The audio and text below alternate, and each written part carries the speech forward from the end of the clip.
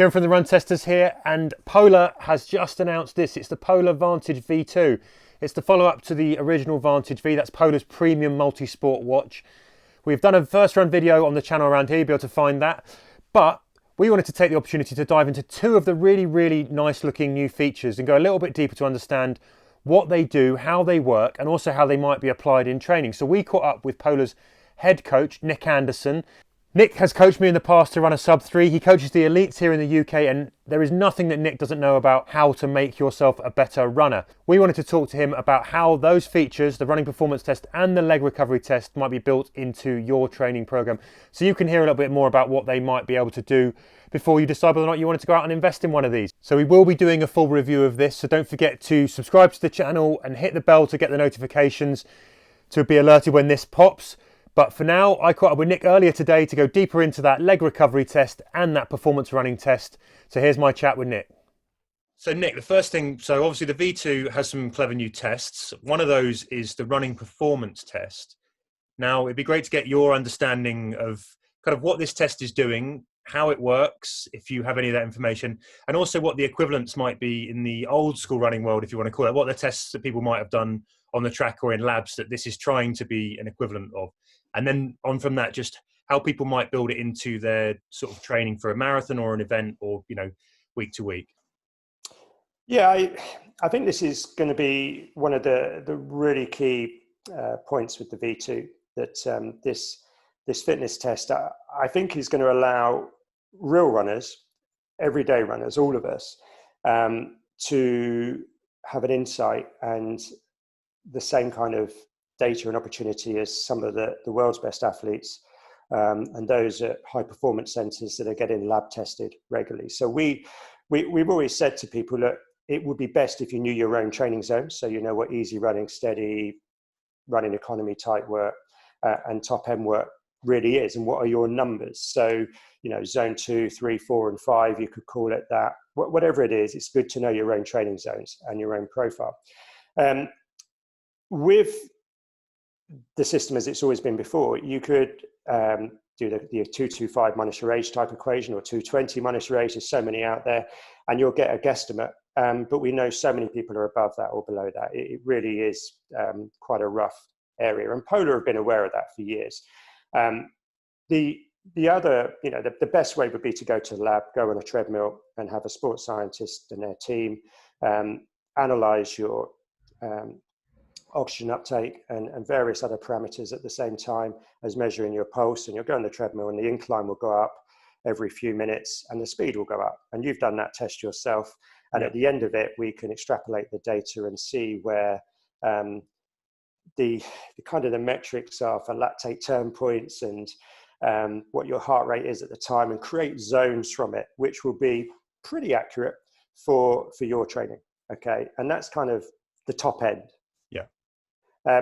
Now, you could also have gone on the track and done 2 times 800, second 800. You're doing both really hard, a reasonably short recovery. The second 800 is awful when you're slowing down and it's hurting, and you'll probably get relatively close to your top end of your maximum heart rate there if you're really brave. So there's all of that kind of work that can be done. What this test is doing is it's asking you to go out on a really flat road or a track, somewhere where I would suggest it's nice and flat and you can run well. A good surface, somewhere where your signal is really good on your GPS, because that will be important to this. And then you will perform the test, and gradually the speed will go up and you'll be asked to run faster. And at that time, your heart rate is measured against the GPS data and the various other parameters that you have in the watch. And that will extrapolate information that will give you a VO2 score, and it will give you what is your suggested area of maximum speed within the aerobic zone, so your maximum aerobic speed. So we've kind of got zone 4 from that, if you like, or your kind of threshold area, and then we've also got what would be your VO2 max being estimated or predicted. And would you recommend then, in terms of putting that into practice, how often do you think a runner would go out and do that test? And I presume you need to try and have exactly the same conditions each time, ideally. So you do it on the same track or the same bit of road to make it consistent. And I think that's really important. And, if you're going to suddenly do the test slightly downhill, well, you're probably going to hit faster speeds. So it makes the test easier for you. Go to the same place. So always try to recreate the environment you were in. So if you're in a lab, you'd probably be using the same treadmill, same sort of ambient temperature in the room, and even do it at a similar time of day after the same breakfast and the same few days of slightly easier training leading up to it, so you don't arrive really tired from a long run or with lots of byproducts and higher lactate levels because you did a track session the night before. So create the same environment and go there and do your test fresh and feeling good. Flat road, really good GPS signal, or a running track with a good GPS signal, not too many people in your way, and just then do the test and be fiercely selfish. If you lose signal during the test, you are going to affect the results. So you want to get this really right and make sure that it's a clean piece of work for you. When do you think runners should be doing this test, and then how often should they be doing it? I would suggest you do the test, the fitness test, if you're really serious about your training, certainly at the beginning of a cycle of training, certainly in the middle of it, and perhaps even a week or two before you do your main goal race. If you do it slightly more often, of course, you're going to hopefully see your VO2 go up if those are the events you're looking towards, 3K, 5K, 10K. If you're training for a marathon or half marathon, we're definitely going to see, I hope, our speed improve, our maximum aerobic speed, because that's really important. That shows that the engine's getting stronger and your running economy is improving. But you might, if you're really highly trained, you might even see your VO2 stay where it is or slightly drop, because the emphasis has been on more aerobic training, not on zone 5 top hard work. Yeah. So do think about the events you're training for, but you should, with regular tests, really see some great data that tells you your training's working. And then out of that, it recalibrates your zones automatically, but it gives you that information that you can then relay into your kind of training planning. So this would affect how you would then go out and be able to judge the intensity of different sessions, right? Yes. So if you have set your watch up to allow it to recalibrate the zones straight away for you, it will do that, which is fantastic, because you've now got your personal zones, and this is gold dust. I mean, it's the big thing. And I know when I've worked with you before, we did this. We had your personal zones. We worked different power metrics and paces and heart rate at the same time. And this is important. So you really do know what your recovery running is. You really do know what your running economy work or your threshold work is. So that's really, really important. And within that, you would now be able to build your training program and recovery metrics around the data that you've got personally for you. Okay, and that's a good point to move on to the other test, which is the leg recovery test, leg recovery test, which is essentially a jump test. I did this yesterday. So I did a marathon on Sunday in the morning in the mud and the rain. Of course you did, yes. It was thoroughly miserable. So I was fully locked up yesterday, and I thought, well, this is maybe a good time to see how well I've recovered. Probably maybe should have left another day. And do you want to talk us through how the test works, Nick? You need to know, is your recovery the best it can be? And are you really ready to do the next session? Now, there's a danger here that your resting heart rate will have come down because you're highly trained. And actually, the fitter you are, you'll recover more quickly. That's one of the key signs of getting fitter. And your resting heart rate will get lower the fitter you are as well, certainly at real rest. Now, there's a danger, though, that someone like yourself, you've recovered quite well from Sunday and doing your marathon, but at a muscular level, there's still quite a lot of tissue damage and damage to the cells. Now, you won't always know that because you'll walk around and you might feel a little bit stiff or tight, but you're kind of used to that because you're a runner, you're an athlete. This is an experience that you have most days. But you'll kid yourself that you've recovered. You haven't, because when you go and do these 3 hops, the actual power that you generate and the force you generate won't be enough, because at a cellular level and within the muscles, they can't generate the size of contraction that you normally would when you are recovered, because they're still damaged. Yeah. Of course, your heart rate's got nothing to do with that. So I can confirm that when I did these 3 jumps, I videoed it, and we'll have some of the video. I basically look like I'm about 85. So the day after, I can confirm that this it reveals, even without the data on the watch, from just doing those jumps, I got a good I'd look 105, so it's fine. But I do think that this, if you get used to doing this, and you've certainly, your initial tests are done when you're fresh, and in good shape, perhaps, so you've got a good yardstick, you should see some quite interesting muscular recovery data alongside your cardio recovery data, which is easier to track because you'll see your resting heart rate come down and you feel good. So it will really start to enforce am I really sleeping well? Am I getting a good amount of time of sleep continuity? Am I hitting all the different phases of sleep and spending time there? You then put that alongside, am I able to generate the power required to do these 3 hops? A few days later, yes, I am. Great. I'm ready to do a harder session later today or tomorrow. Yeah. Oh, no, I can't. That third one was awful, or the second and third one faded quite badly. I need a couple more days before I go and do a hard session. Yeah. That's kind of what we're saying here. It's giving you another way of scoring your ability to track your recovery data. And recovery is probably the biggest area of improvement alongside, I think, mental strategies within sports performance in the last 10, 20 years, because a lot of the training's the same. Yeah. We're just getting better at adapting to it now. And taking recovery more seriously as a distinct part of the training. Completely. And I see a lot of marathon runners and other athletes do a big long run on a Sunday, and 2 days later they're trying to hammer out a track session or an interval session at the club, and they haven't recovered, and the training sort of disappears into mediocrity, or worse still, they're picking up injuries and niggles. And I think the key here is you might move your long run to a Saturday or move your session to a Wednesday, have greater recovery because now this test is telling you you're not recovered, which will probably mean the session's better and you will get a better fitness gain from it. Yeah. But crucially, you're less likely to pick up these injuries and niggles, which you've always had before. Yeah. And how often would you do that test, do you think?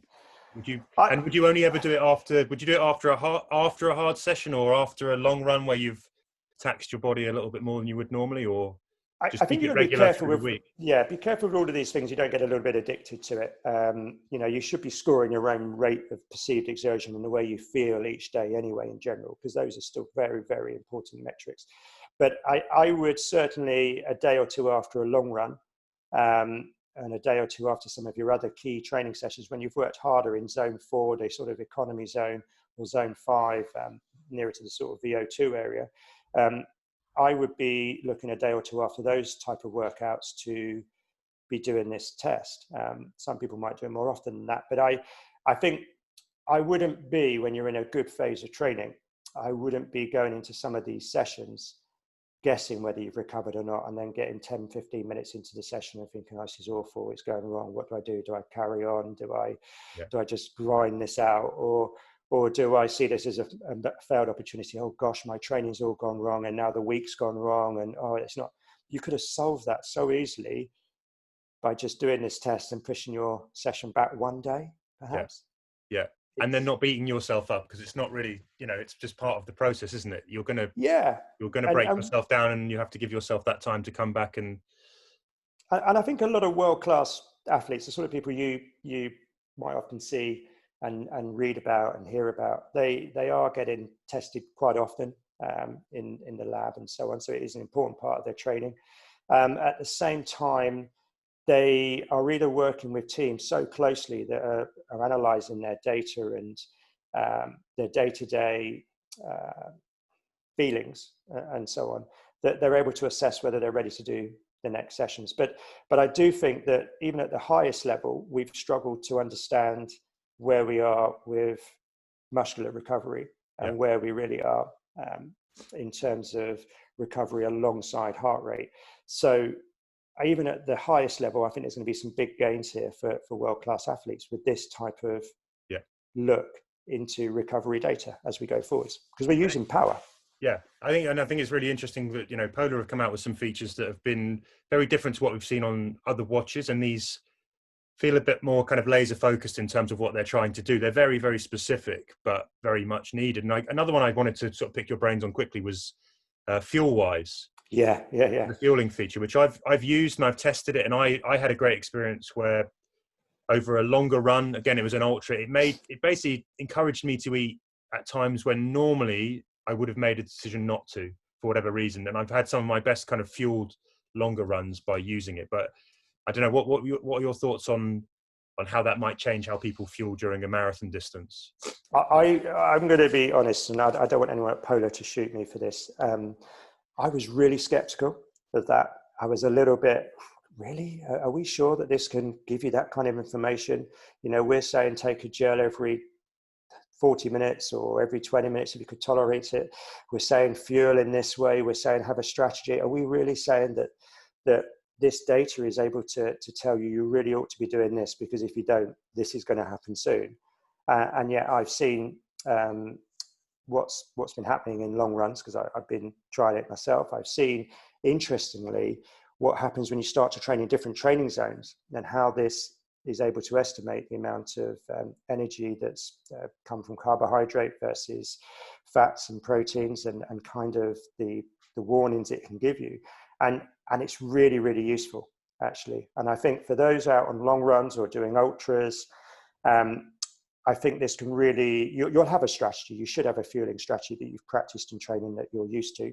But I think this will tell you that you need to be adaptive on the way. There's so many different factors relating to heat, relating to gradients, relating to the zones you're running in at the time, your own personal stress levels. All of these markers will affect how soon you're going to need to be refueling, or how often you should be on the move.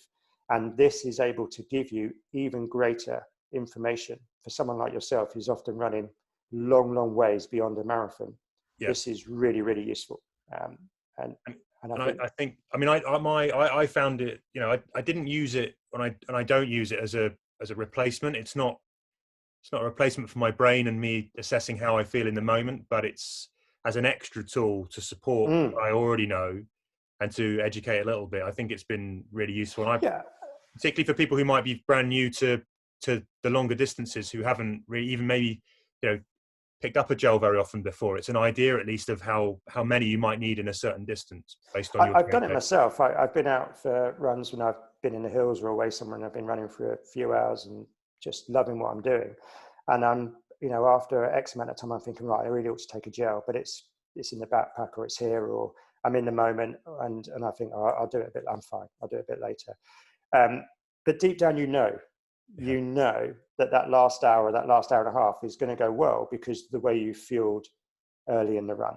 And this is going to tell you, hey, hang on a minute, well, you really should be. And I think that extra message coming across with what you already know, because you've been told, alongside the strategy you might have in place, or to add to the strategy, I think is a really strong message, because this is going to predict what the problem ultimately you're going to have further down the road. I mean, you saw it. We were watching the London Marathon at the weekend. There were athletes that looked great at halfway, looked great at 18, 19, 20 miles. They were suffering with the cold because it was really wet and windy this year. But even the world's best athletes in that elite race, who were getting regular drinks, were suddenly off the pace. Now, some of that was the conditions. Some of that is just because energy disappears and they're on the margins. Now, if you as an athlete can be ahead of that and constantly keeping the fuel stores at a good level, you're going to perform faster for longer. Yeah. And with all these things, I try and use them so that it's a guide in my training, but actually what I'm trying to do is absorb that, and so that I know it intrinsically. If I didn't have the watch, I've learned from the watch so that I can carry that over, and it becomes part of my normal habits. You know, the same with heart rate monitoring and pacing and all of these things. You're kind of using it to learn your own body, right, as well. Yeah, and this isn't Big Brother telling you you've got to do X or Y. This is almost the coach and the nutritionist being alongside you and saying, remember to do this, remember to do that. And it's telling you, come on, you're going to need this because, and I think that's a real plus. The other thing I've been doing, which I think is interesting, is on some of the long runs that we've done recently with runners. When they've been running them really easy, on the long runs, you'll see that the amount of fats being used as a fuel is much higher because they're running in a lower zone, probably closer to 6 or 7 out of 10, or 60 to 70% of maximum heart rate. So we're seeing that. And as the training progresses, if they're doing a lot of that type of running, not too much of it, but a good amount, we're starting to, at the same paces and the same heart rates, same kind of run, we're starting to see sometimes the amount of fats being used being slightly higher. So actually within their training, they're becoming slightly better fat adaptive, which could mean that, of course, they're then going into the marathon or the ultras, whatever they're doing, they are actually becoming better at working with stored fats as a form of energy, because they've slowed down enough in their long runs and in their easy runs to actually educate the body to do that. So you can see the percentages changing here over weeks in some of these easy runs. And that can be quite important for certainly the ultra runners, but also some marathon runners that are really looking to optimize some of their performances.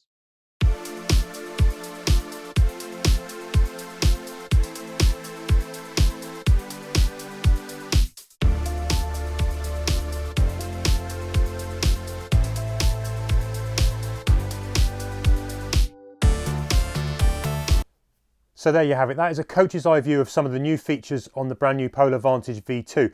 We're going to take those features away and give them a really, really thorough interrogation, test them out, see how they fit into our run training, see if they're actually genuinely really useful as a tool, and also just look at the accuracy of how they match up against how we feel and how we run. Going to be really interesting testing those out. But for now, I've been Kieran Alger. That was Nick Anderson. Thanks to Nick, and we will see you again on the Run Testers soon.